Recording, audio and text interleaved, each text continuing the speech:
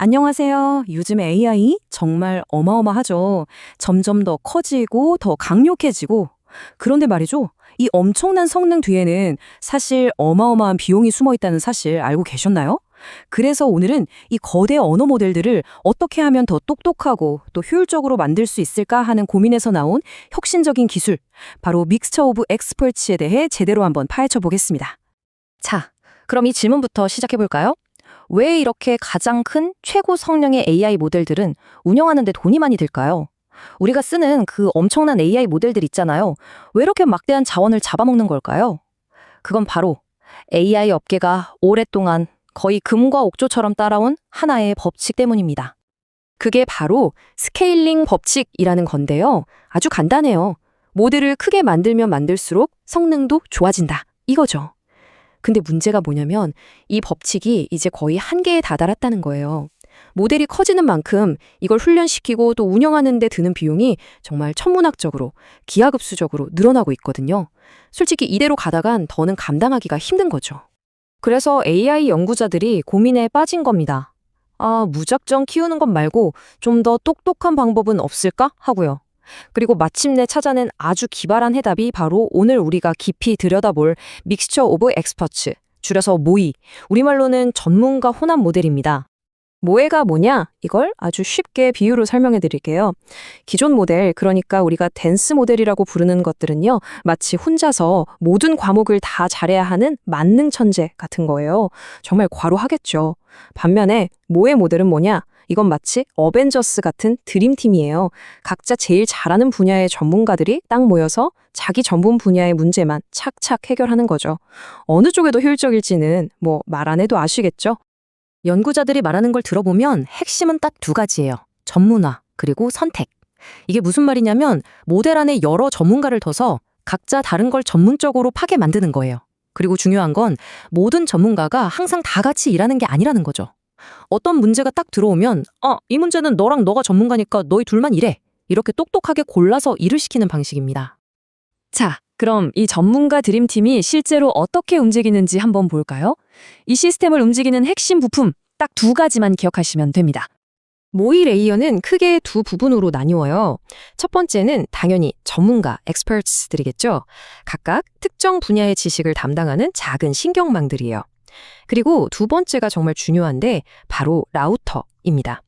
이 라우터가 뭐냐면 전문가들한테 일을 분배해주는 일종의 프로젝트 매니저, 즉 PM 역할을 하는 거죠. 이 일은 네가 맡아, 저 일은 제가 맡고 이 라우터가 얼마나 일을 잘 배분하느냐에 전체 시스템의 효율이 달려있다고 해도 과언이 아닙니다.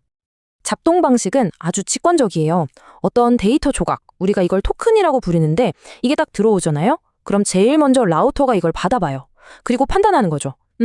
이 토큰은 보안이 3번 전문가랑 5번 전문가가 처리하면 딱이겠네? 그리고는 정발로 딱 그 두 전문가한테만 데이터를 보내서 처리하게 시키는 거예요. 그럼 나머지 전문가들은요? 네, 그냥 쉬고 있는 겁니다.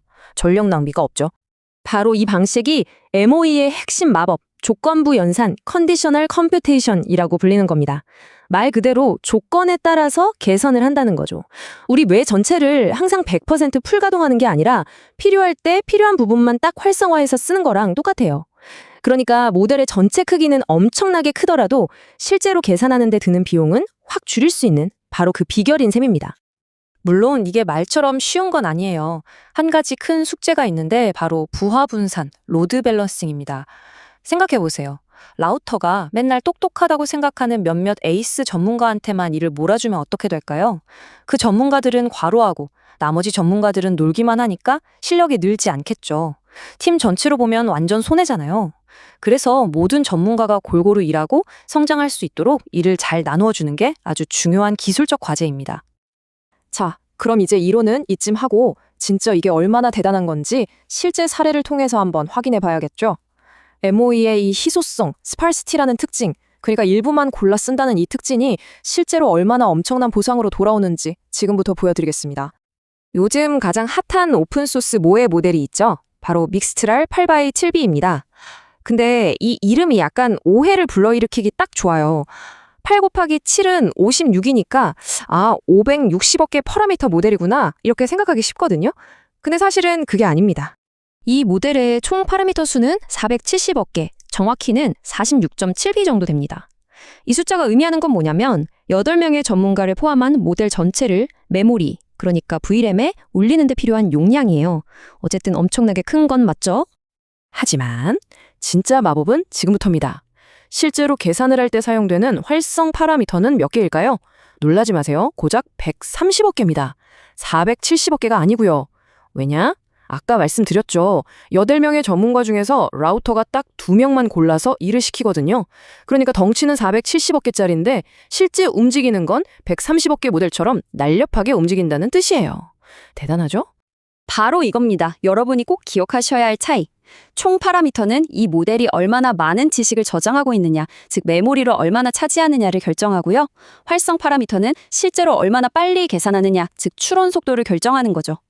MOE는 이 두 개를 분리시키는 데 성공한 거예요. 그래서 지식은 많은 큰 뇌와 움직임은 빠른 몸을 동시에 가질 수 있게 된 겁니다. 이 표를 한번 보세요. 이게 얼마나 놀라운 일인지 바로 알 수 있습니다. 보세요. 700억 개 파라미터를 전부 다 쓰는 라마2 700B라는 기존의 댄스 모델이 있죠. 근데 믹스랄은 고작 130억 개의 활성 파라미터만 썼는데도 MMLU라는 되게 중요한 AI 성능 평가에서 더 높은 점수를 받았어요. 훨씬 적게 일하고도 더 좋은 성과를 낸 거죠. 이게 바로 모이가 얼마나 효율적인지를 보여주는 아주 강력한 증거입니다. 자, 이쯤 되면 모이가 그냥 단순히 계산 좀 아끼는 기술, 꼼수가 아니라는 걸 아시겠죠? 이건 AI의 뇌구조, 즉 아키텍처를 앞으로 어떻게 설계해야 하는가에 대한 아주 근본적인 질문을 던지는 거대한 흐름의 시작이라고 볼 수 있습니다. 사실 이 모이라는 아이디어가 완전 새로운 건 아니에요. 이 타임라인에 보시면 무려 1991년에 처음 그 개념이 제안됐습니다. 지금 같은 AI 붐이 일기 한참 전이죠. 그 후로 수십 년 동안 조용히 연구되다가 2017년에 효율성이 개선되고 2021년에 구글이 이걸로 1조 개가 넘는 파라미터 모델을 만들면서 주목받기 시작했죠. 그리고 마침내 2023년 미스트랄 AI가 믹스트랄을 오픈소스로 풀면서 그야말로 잠재력이 폭발한 겁니다. 오랜 기다림 끝에 빛을 본 기술이라고 할 수 있겠네요. 물론 모해가 장밋빛 미래만 약속하는 건 아닙니다. 아직 해결해야 할 숙제들이 꽤 남아 있어요. 아까 말씀드린 부하 분산 문제는 여전히 완벽하게 풀기 어려운 숙제고요. 또 특정 데이터에 맞게 추가 학습, 즉 미세 조정을 할 때 모델이 불안정해지는 경향도 있어요. 하드웨어도 아직은 전체를 다 계산하는 댄스 모델에 맞춰져 있고요. 그리고 무엇보다 아무리 계산은 일부만 한다지만 일단 모델 전체를 메모리에 올려야 하니까 VRAM이 엄청나게 많이 필요한 건 여전한 부담이죠. 하지만 연구자들은 정말 똑똑하죠. 벌써부터 이런 문제들을 해결하기 위한 새로운 아이디어들이 쏟아져 나오고 있습니다. 예를 들면 이런 거예요.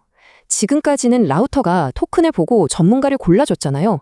이걸 반대로 뒤집어서 전문가들이 저 토큰은 내가 잘할 수 있겠는데? 하고 자기가 처리할 토큰을 직접 고르게 하는 전문가 선택 라우팅 같은 기발한 방법도 연구되고 있어요.